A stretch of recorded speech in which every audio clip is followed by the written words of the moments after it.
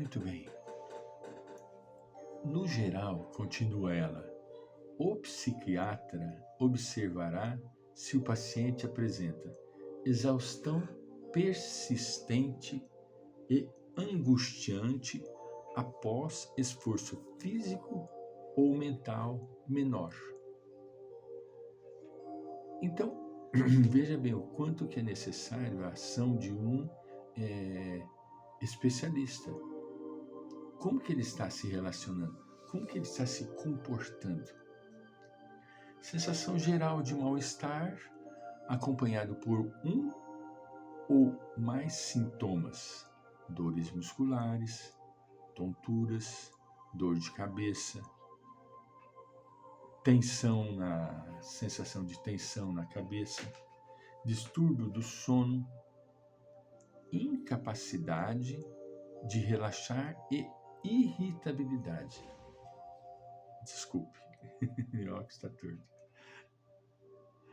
Impossibilidade de se recuperar por meio de descanso ou atividade.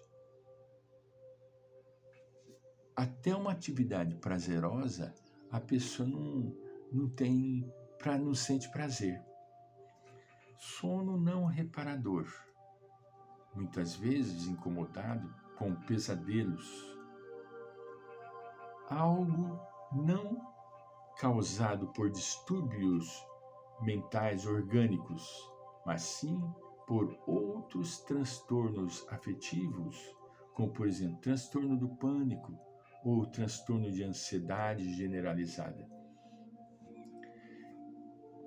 Indiscutivelmente, a pessoa que começa a apresentar determinados sintomas dos citados aqui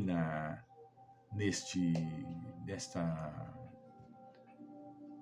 documento, nesta relação, deve ser encaminhado para uma orientação psiquiátrica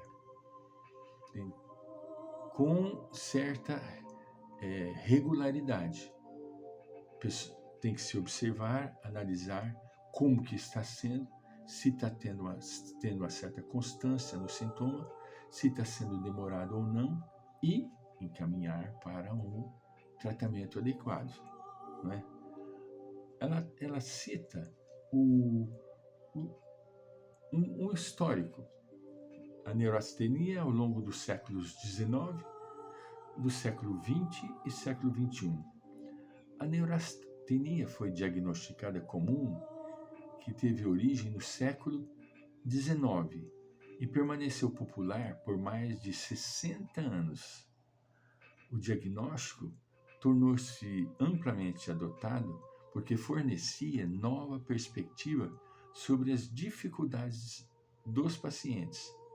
Argumentava-se que todos os casos de neurastenia compartilhavam um padrão comum de sintomas, um curso semelhante, uma via causal comum e uma tendência a responder a alguns tratamentos interessantes.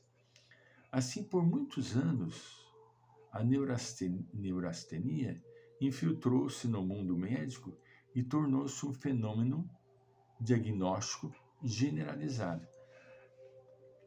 A medicina moderna, a de hoje, enfrenta dificuldades ao diferenciar uma doença clínica de um transtorno emocional.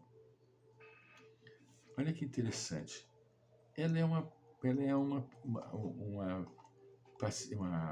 estudiosa, doutora Aline é uma estudiosa, uma psiquiatra, e cita como a medicina enfrenta ainda dificuldades ao diferenciar uma doença clínica de um transtorno emocional. Aqui são as palavras que eu estou lendo dela. A medicina moderna enfrenta dificuldades ao diferenciar uma doença clínica de um transtorno emocional. Na verdade, muitas vezes há algum grau de sobreposição e comorbidade. Ocorrência de duas doenças ao mesmo tempo ou associadas que é uma comorbidade entre distúrbios clínicos e transtornos psiquiátricos. Corpo e mente estão entrelaçados e o estado mental de um paciente terá um impacto em sua condição física. Nós estamos aqui vendo específica e puramente pelo ângulo da medicina, da psiquiatria. Nós não entramos aqui em abordagens doutrinária espírita, né? O diagnóstico da neurastenia perdeu importância e passou a ser diagnosticado após 1920, devido à ênfase em uma abordagem mais científica para a medicina. No entanto, o diagnóstico de neurastenia permaneceu intacto. Durante a década de 1940, a neurastenia foi descrita como uma condição psiconeurótica viável, classificada junto com histeria, ansiedade, compulsão e neuroses traumáticas. Então, não houve um diagnóstico de neurastenia. Era um associado de doenças como a histeria, a ansiedade, as compulsões e as neuroses traumáticas. Mais recentemente, segundo ela, a neurastenia tem sido descrita como uma categoria diagnóstica viável em livros didáticos e sistemas de diagnóstico da Organização Mundial de Saúde. Então, mais recentemente, como nós estamos agora, ela entrou no rol das doenças segundo a Organização Mundial de Saúde.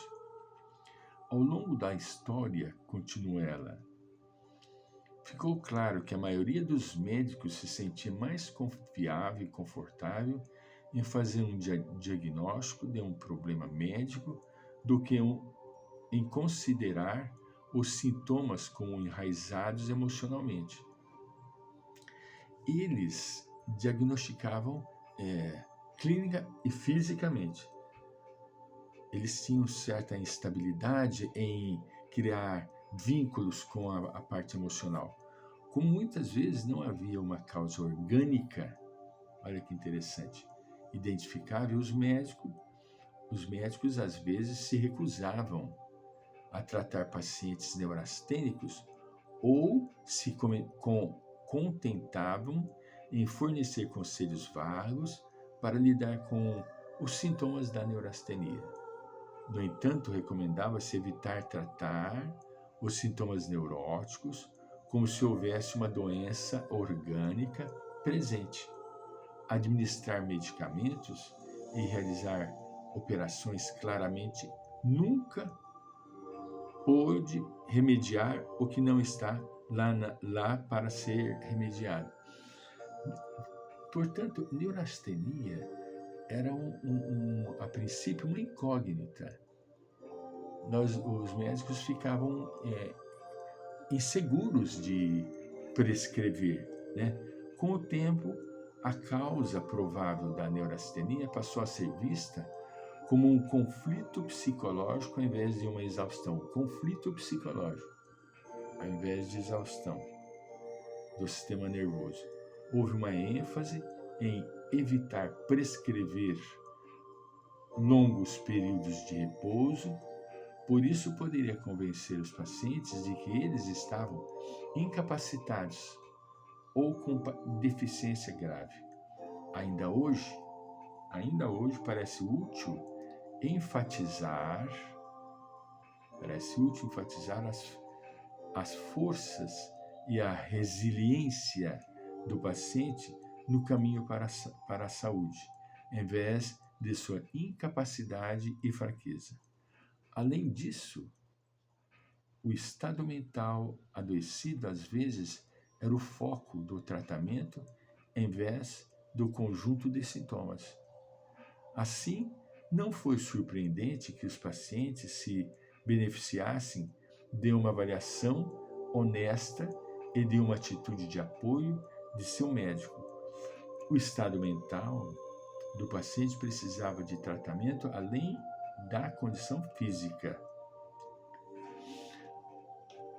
Continuando para encerrar, os pacientes com neurastenia eram caracterizados pela explosão, dupla carga do neurastênico, devido ao sofrimento subjetivo e às reações sociais dos outros, que podem não ter respeitado a realidade da sua experiência. Essa carga reforçou a opinião dos médicos de endossar uma base médica para a neurastenia. A neurastenia foi reconhecida como uma condição médica, tanto por pacientes quanto por médicos, reduzindo provavelmente o interesse por fatores psicológicos potenciais.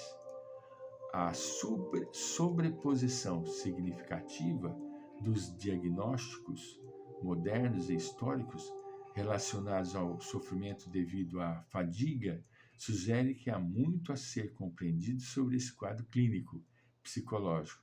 Hoje, no século 22 21 que nos encontramos, observamos novamente essa sobreposição de sinais e sintomas em casos contemporâneos de síndrome da fadiga crônica e fibromialgia. Nós vamos entrar no outro vídeo sobre o tratamento. Voltaremos.